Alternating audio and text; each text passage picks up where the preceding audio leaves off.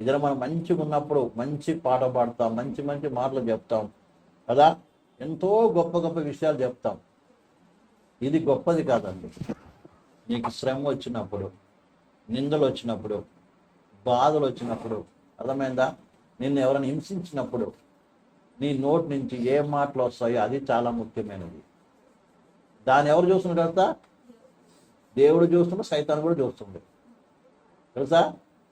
ఎవరు చూస్తున్నారు? దేవుడు చూస్తున్నాడు, సాతాను చూస్తున్నాడు. యోబు గారిని చూడలేదా?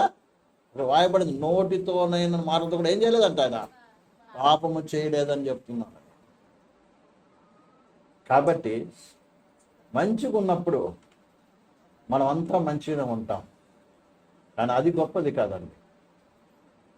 మంచిగా ఉన్నప్పుడు అన్య జనులు కూడా అందరూ మంచిగానే ఉంటారు, కానీ అది కాదు.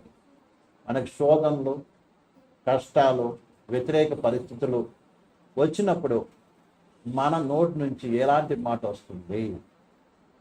శాపం వస్తుందా లేక ఆశీర్వాదం వస్తుందా అన్నది చాలా ముఖ్యమైనది.